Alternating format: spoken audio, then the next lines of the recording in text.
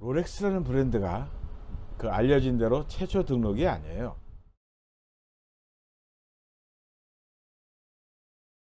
시계 박사입니다.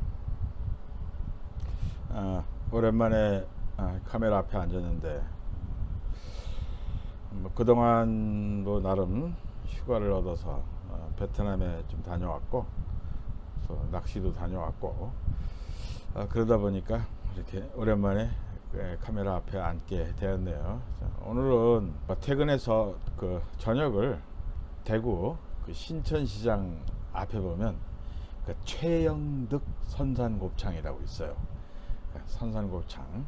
그 대구에는 그 구미 선산에 그 곱창 전골이 상당히 유명한데, 그 구미가 원조지만 지금은 이제 대구 전 지역에 그 선산곱창이 여러 형태로 지금 판매하고 있는데, 최영득 선산곱창은 그 내가 잘 아는 동생이에요. 잘 아는 동생인데 한 십몇 년 전에 이제 가게를 열어가지고 지금 대구 시내 뭐 체인도 한 8군데 있는 걸로 내가 알고 있거든요. 근데 요 집이 참 깔끔해요. 내가 그 선산곱창을 많이 먹어봤는데 나중에 시간 되면 한번 가서 대구 시계박사가 이 집을 소개하더라 하고 가면 음료수라도 하나 서비스 줄 겁니다. 안 주면 얘기하세요. 내가 가서 한 소리 하게. 그냥 내가 이제 좋아하는 동생이라서. 자, 오늘 이야기, 그동안 상당히 그 여러 번 그 이야기를 했죠. 롤렉스 이야기. 롤렉스 이야기는 해도 해도 끝이 없고, 그리고 요즘에는 조금 거품이 좀 꺼진 것 같은데 아직까지 거품이 남아 있어요. 거품이 있을 시계가 아닌데 거품이 있다 보니까 내가 이야기를 하게 된 거예요. 그래서 오늘은 지난번에 얘기했죠. 롤렉스 브랜드 말고 또 한스가 또는 윌돌프 앤 데이비스에서 등록해서 또 생산하고 판매까지 했던 몇 가지 브랜드를 소개해 볼까 합니다. 그러니까 사실 롤렉스는 한스가 등록한, 그러니까 정확하게 윌돌프 앤 데이비스에서 등록을 했지만 한스가 등록한 브랜드 중에 첫 번째가 아니에요. 첫 번째가 아닌데 지금부터 이제 하나하나 풀어 가볼까 합니다.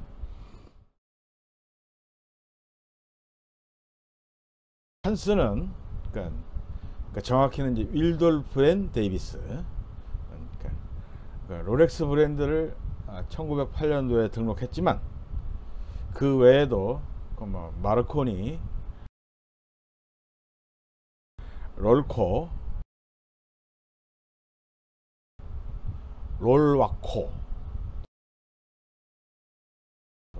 유니콘, 그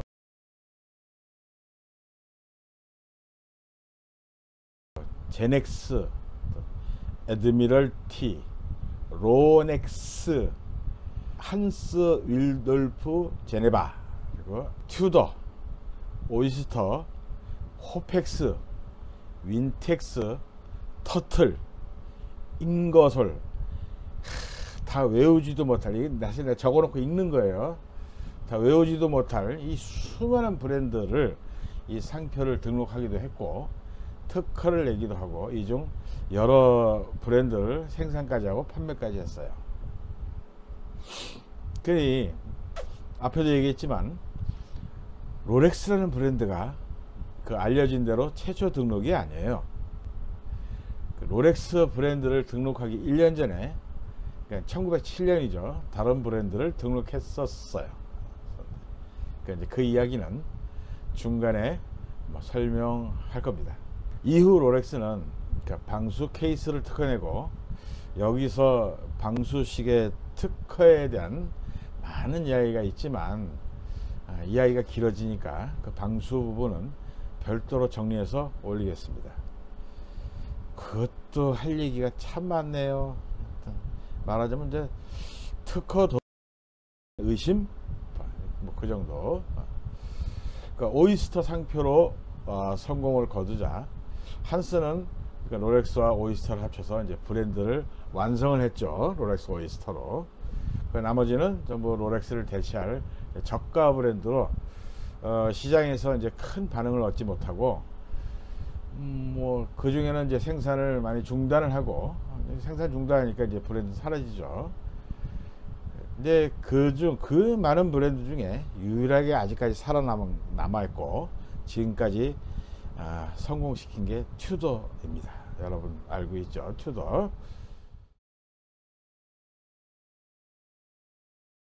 1905년에 진짜 뭐 여기 이 회사 저 회사에서 무브먼트 납품받아서 또 케이스 납품받아서 저기서 조립해서 그냥 판매 전부 다 OEM 생산해서 시계 장사죠.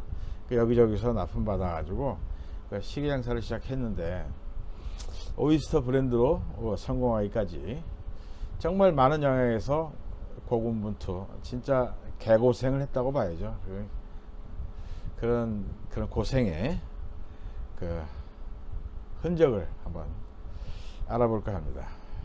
자, 그런데 한스는 도대체 왜 이렇게 많은 브랜드를 만들었을까요? 지금은 롤렉스에 흡수돼서 완전태가 됐죠. 2004년도에 완전 흡수한 에글러 무브먼트 회사죠. 에글러 사와는 지난 한 세기 가까이 동업을 해왔습니다. 그러면 에글러사는 뭐하는 회사인가? 에글러사에 대한 역사는 따로 이야기 또 해야 되겠어요. 그 부분이 또 너무 길어요.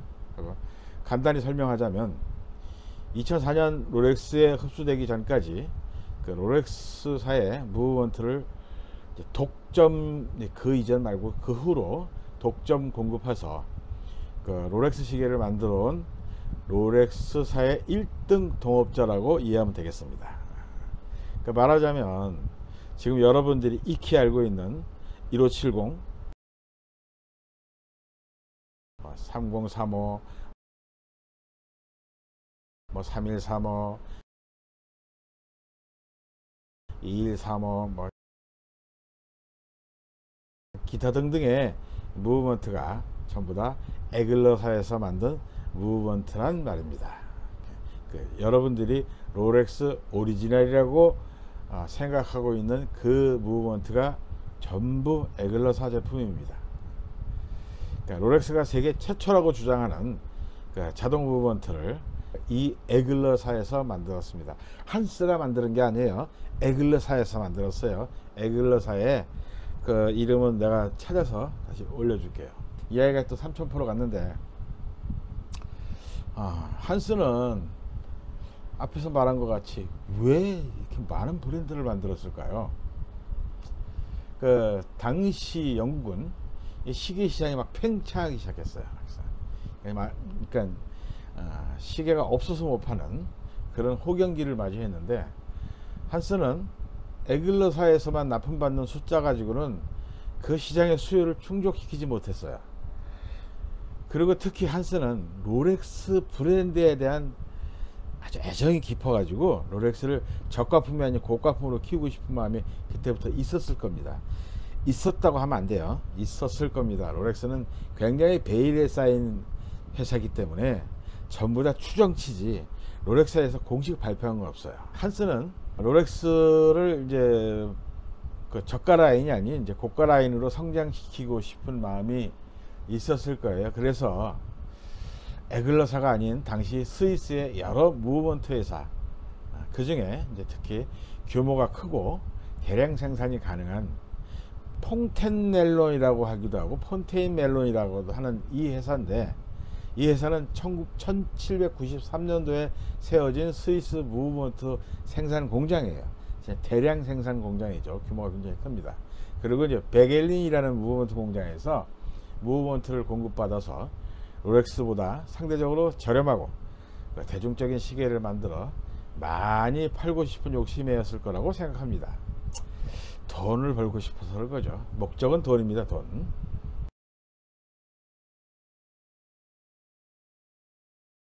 예를 들자면 한스가 영국에서 이제 최초로 납품한 보석상 그 전에는 막 이런저런 잡 브랜드로 장사를 했지만 이제 납품을 하는 이제 금빵에다가 OEM으로 납품한 회사는 이제 최초로 그 노던 골드스미스라는 영국에서 아주 유명한 금빵이 있어요.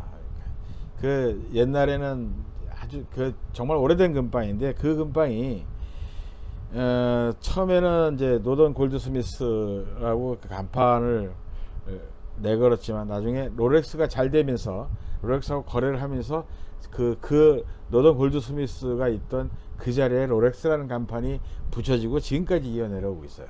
한번 가보시면 그렇게 되어 있습니다. 저는 위성 사진으로 봤어요.